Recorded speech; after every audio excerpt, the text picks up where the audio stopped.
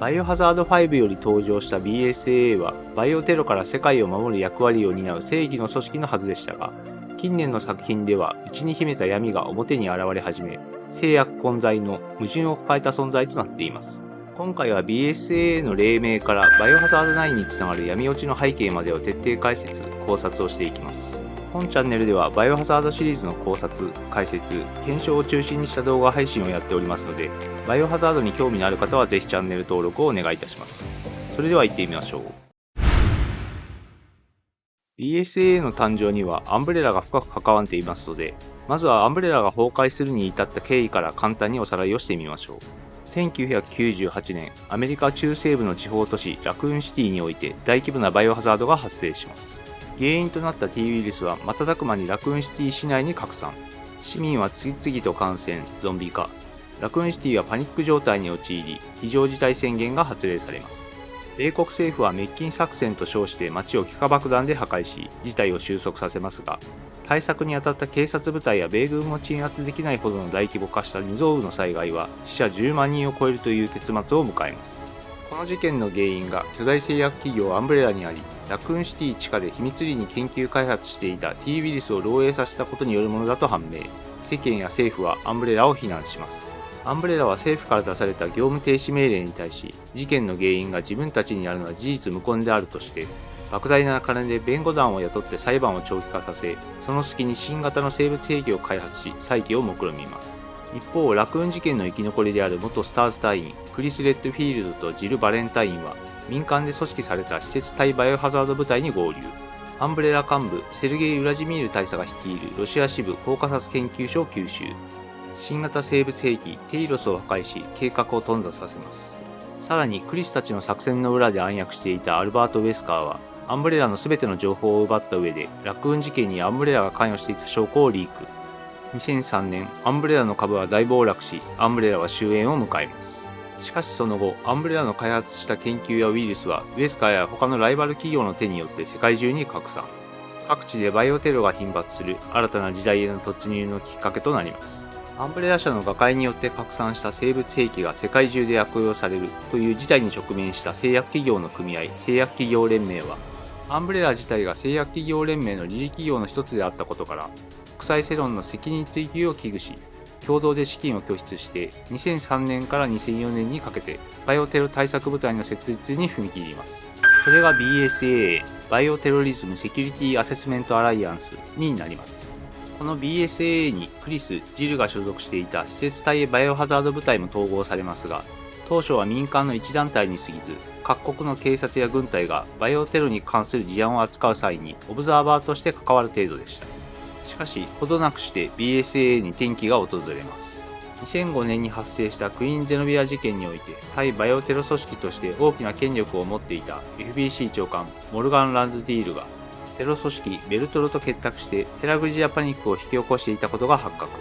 モルガンの失脚とともに FBC は解体され、大部分が BSAA に吸収されることになります。これまで以上にバイオテロの脅威が増していく中で、BSAA がオブザーバーの役割では限界が来ており、より直接的にバイオテロに対処するための即応性のある実動部隊へと再編成することが求められるようになります。そして一民間組織から国連管轄下の公的組織として再編され、場所や国を問わず迅速に活動できるように、バイオテロや関連する事件が起きた際は、当事国が BSAA に対して無制限の活動権限を与えることを大半の国連加盟国が承認。世界規模で迅速かつ大規模な活動が可能な巨大組織へと昇格していくことになります。BSAA は本部を含めると8つの管轄ブロックに分割され、世界のほぼ全域をカバーできる体制をとっています。有事の際は管轄区域内であれば12時間以内に部隊を展開させることが可能であり、ハブ空港もしくは空軍基地の近くにその拠点を構えているとされています。BSAA 各支部の管轄地域は次のようになっています。欧州本部、西部ロシア地域を含む欧州地域。中東支部、アフリカ大陸の一部を含む中東地域。北米支部、北米大陸全域。クリス・ジルが所属しているのはここです。南米支部、南米大陸全域。西部アフリカ支部、アフリカ大陸西部。シェバが所属しているのはここです。東部アフリカ支部、アフリカ大陸東部。リベレーションズ以降にキースが所属しているのがここです。極東支部、インド以東のアジア地域と極東ロシア地域、オセアニア支部、オーストラリアを中心とするオセアニア地域と南極大陸。BSAA の実動部隊は大きく2つの種類に分けられています。1つは SOU、スペシャルオペレーションズユニットと呼ばれる特殊活動部隊であり、各国の軍隊、警察、特殊部隊、諜報機関などの経験者たちで構成される実践部隊です。アルファチーム、デルタチームなどの複数のチームが存在し、1個チーム12名編成で構成され、BOW は変異体などの駆除を任務としています。それゆえに殉職率の高い危険な仕事ですが、作中では5のダンデ・チャント、ジョシュ・ストーン、6のクリス・レッドフィールド、ピアーズ・ニバンス、リベレーションズ以降のパーカー・ルチアニがこの SOU の担当になります。もう一つは SOA、スペシャルオペレーションズ・エージェント、通称エージェントと呼ばれる隊員であり、SOU のバックアップを行うほか、テロ組織やブラックマーケット及びその売人の調査などの情報収集活動を行います。先ほどの SOU とは違い、主に1から2名のごく少人数での調査、諜報活動を任務とします。エージェントには各種の技術や戦闘能力だけでなく、心理的特性も大きく考慮されて抜擢されるため、実際の戦闘能力は SOU 所属メンバーの方が高いことも多くあります。5ではクリス、ジルト、シェバー・ローマー、レイナード・フィッシャー、またコミックス版のマルハワ・デザイアにおいてはメラ・ビジ、CG アニメーション版バイオハザード・ベンデッタのキャシー・ホワイトがこの SOA に該当します。特に優秀なエージェントはレベル10の行動権が認められており、支部を超えた操作や作戦の参加などが認められるようにもなっています。作中ではクリスのみが該当し、バイオハザード・ベンデッタのアリアス吸収作戦においてメキシコ軍特殊部隊と共闘したり、バイオハザード7で青アンブレラとの共同作戦であるラーキングフィア作戦に参画しているのは、このレベル10の権限を持っているためであると考えられます。また BSAA には SOU と SOA 以外の特殊精鋭部隊も存在します。バイオハザード・ベンデッタに登場したナディアや DC、ナビアンが所属するシルバーダガー隊と、バイオハザード・ビレッジに登場したロボ、K9 らが所属するハウンドウルフ隊が確認されています。機動兵器としてヘリや戦闘機、装甲車やハンビーなどの高機動作戦車両を保有し、隊員は様々な国で製造される銃や重火器を装備しています。BSAA にはアドバイザーのメンバーも存在します。BSAA 元代表のクライブ・ R ・オブライアン、元スターズ隊員で大学教授に転身したレベッカ・チェッバースがこれに該当します。このように BSAA は国連管轄の組織でありながら、一国の軍隊に匹敵する規模の人員や戦力を運用するために莫大な資金を必要としています。それを賄うのは後ろ盾である製薬企業連盟であるため、連盟を構成する巨大製薬企業に対する忖度と意向が反映されやすくなっています。BSAA と製薬企業連盟の間にある黒い関係が見えたのが、バイオハザード5における記述事件でした。連盟の筆頭である製薬企業トライセルは生物兵器を扱う死の商人リカルド・アーウィングを隠れ蓑とし、ブラックマーケットに生物兵器を流し、莫大な利益を得ていました。2009年、BSAA はアフリカ基準地区で生物兵器の闇取引が行われるとの情報をつかみ、首謀者であるリカルド・アーウィングの逮捕に乗り出します。BSAA は SOU のアルファチームを先行部隊として突入させ、そのバックアップサポートとしてデルタチームを派遣します。しかし BSAA 投入自体がトライセルとアーウィングにより仕組まれた罠であり、基準地区及びその周辺の先住民に対して新型生物兵器プラーガタイプ2、3がすでに投与され、生物兵器の実験場と化していました。マジニとなった住人やウェスカーの開発した新型のウロボロスウイルスのクリーチャーの実践データを収集するために、まんまと怯え寄せられた BSAA の SOU 両チームは壊滅的な打撃を受けてしまいます。この作戦には SOA チームとして北米支部のクリスと西部アフリカ支部のシェバが参加し、2人はアーウィングを追走しますが、先行した SOU アルファチームが壊滅。危険を感じたクリスとシェバは作戦変更を要求するも、本部からはデルタチームと合流して作戦は継続するように指令が下ります。このことより BSAA 本部にはどれだけ被害が拡大しようとも任務完遂を最優先に考える思想があることが伺えます。クリスのセリフ通り、隊員は取り替えの利く捨て駒に過ぎないという考えなのでしょう。クリスはこの頃から少しずつ BSAA に対する不信感を抱くようになっていきますが、それでもクリスたちはデルタチームの援護を受けながらアーウィングを追い詰め、さらに背後にあったトライセル・エクセラとウェスカーの陰謀であるウロボロス計画を阻止。ウェスカーを殺害し、トライセルは崩壊します。実はこの時点で BSAA と製薬企業連盟のパワーバランスに大きな変化があったと考えられますが、それは後ほど考察をしていきます。その後も BSAA はネオアンブレラが C ウイルスを用いて引き起こしたイドニア内戦に介入したり、中国での生物災害の対応にあたり、数多くの犠牲者を出しながらも事態の収拾を担ってきました。これらの事件を直接的に解決できたのは、クリスというスーパーエース隊員の存在があってこそですが、そんなクリスは献身的にバイオテロの最前線に立ち続ける一方で、BSAA に対する不信感をさらに強めていくことになります。BSAA の体質の歪みが決定的になったのが、2017年に起きたベイカー邸事件でした。BSAA は元アンブレラの研究員であったブランドン・ベイリーが設立した犯罪組織コネクションを追っており、この組織が秘密裏に開発した生物兵器エブリンの情報を入手、これを抹殺する計画を立てます。コネクションはドイツのミュンヘン研究所で開発したこの生物兵器をアメリカの研究所に移送することになり、工作員ミア・ウィンターズとアラン・ドロニーの2人を保護者として護衛につけ、タンカー船で移送させていました。BSAA はこの機会にエブリンを抹殺しようと考えますが、エブリンは特異菌と呼ばれる真菌を人間に感染させて精神を操ったり、モールテッドと呼ばれるクリーチャーに変貌させる能力があり、これによって輸送に使われたタンカー内でバイオハザードが発生。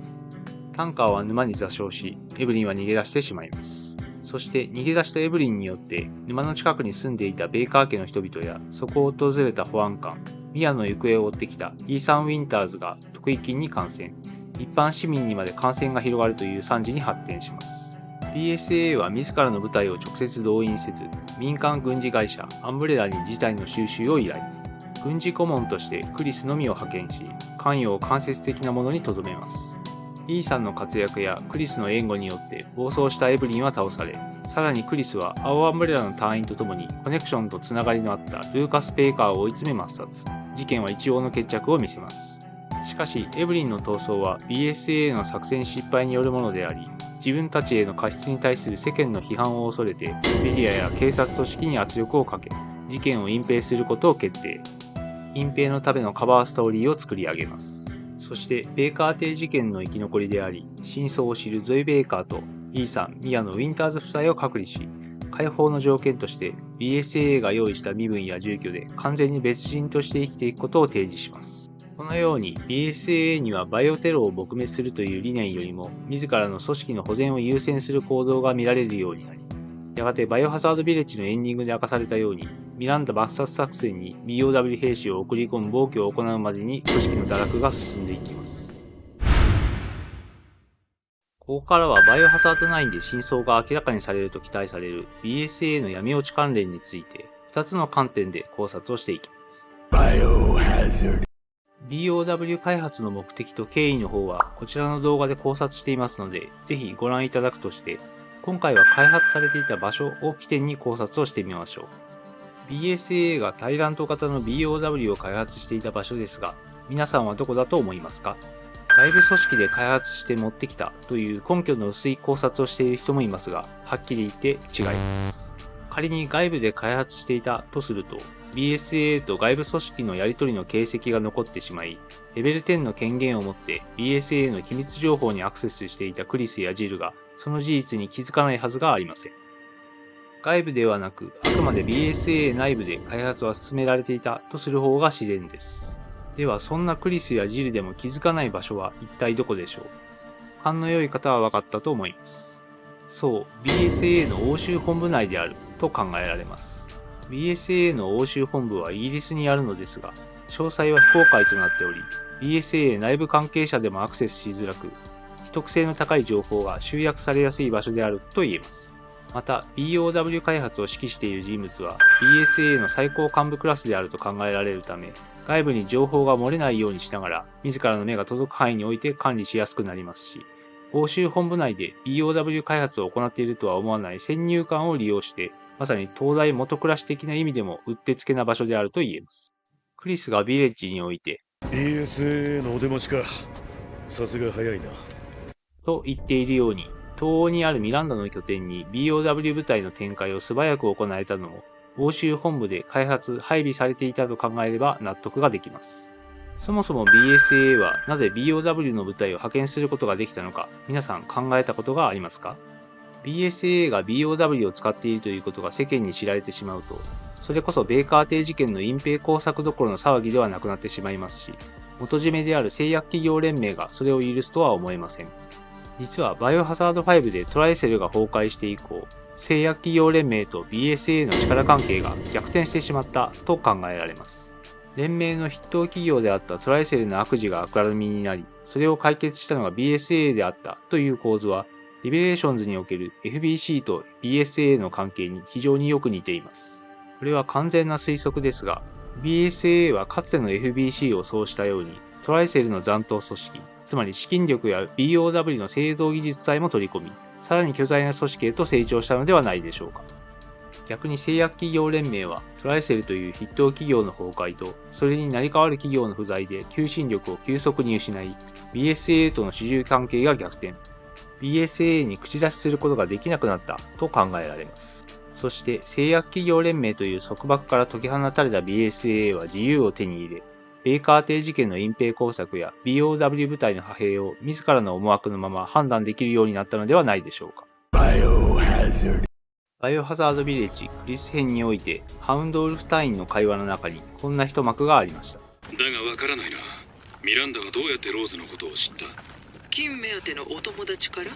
ローズの情報が漏れていった経緯とウィンターズ夫妻が東欧に移住した理由を合わせてあたかも BSAA がコネクションと競合しているかのように語っている考察がありますが、事実関係を整理していくと無理があります。よりあり得そうなシナリオを考察してみましょう。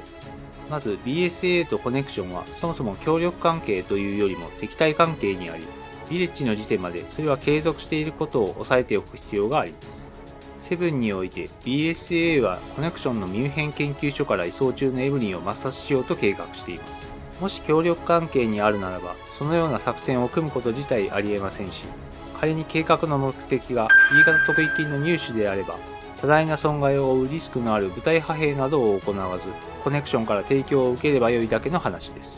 しかし BSAA はエブリン抹殺作戦を失敗して逃走を許し、それがベーカー邸事件の引き金になってしまったため、隠蔽のためのカバーストーリーを作らざるを得ないところまで追い込まれてしまいます。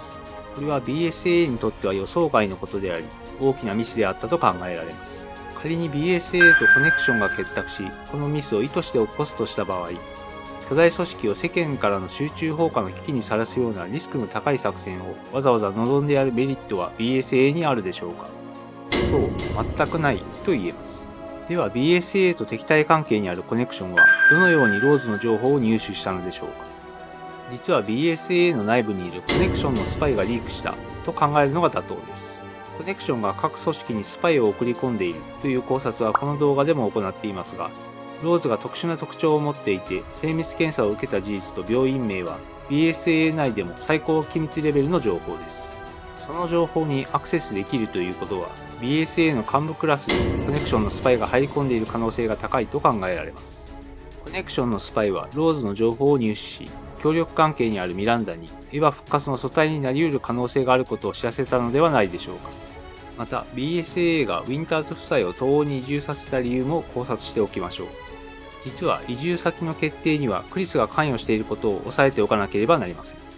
このことはこちらのミアのセリフからもわかります。約束したはずでしょ。私たちのことを守るって。全てあなたの言う通りにした。こっちに引っ越したのだって。東欧への移住はクリスの思惑と BSAA の一致点として判断されたと考えるのが妥当です。ではクリスと BSAA にどんな一致があったのか。まずアメリカ国内にウィンターズ夫妻を置いておくわけにはいかないというのは大前提です。ベーカー邸事件のことはコネクションに当然察知されているため、組織逃亡扱いのミアと事件の真相を知り、福井金に感染した経験のある E さんが狙われる可能性が高く、アメリカ国内に置いたままでは身の安全を保証しづらいと考えるでしょう。ではアメリカ以外のどこに移すのが最適かとなりますが、この時クリスにはこのような考えがよぎったかもしれません。東欧であればコネクションとミランダの動向を監視しやすくなるのでは。BSAA はコネクションが東欧で活動を活発化させていることを掴んでおり、クリスには BSAA に秘匿して監視しているミランダの存在も念頭にありました。ベイカー邸事件の前から追いかけているにもかかわらず、コネクションの核心にたどり着けていないため、BSAA とクリスは突破口をつかみたかったはずです。そこでウィンターズ夫妻に偽名を与えて東欧に移住させ、存在を秘匿することで、コネクションが負債を捜索する動きを見せたところで捉え、このようなことを考えていたのではないでしょうか。いざという時はイーサンとミアを十分守ることができると踏んでの判断だったのですが、クリスにとって誤算だったのは負債の娘であるローズの誕生です。コネクション側が先手を取る形でローズの検査結果をミランダに伝えてしまったため、ミアがミランダに捕らえられ、ミアに擬態したミランダがウィンターズ一家に潜入。ヴィレッジオープニングの一家襲撃につながっていきます。コネクションをあぶり出すという BSAA とクリスの目論見としては外したことになりますね。はい、今回はバイオハザードシリーズに登場する対バイオテロ組織 BSAA を徹底解説、闇落ちに関連する謎を考察してきました。今後、クリスたちハウンドウルフ隊と BSAA、そしてコネクションの三つどもえの対立が激化しそうですが、果たして BSAA はどのような末路をたどるのか、バイオハザード9の展開に期待したいですね。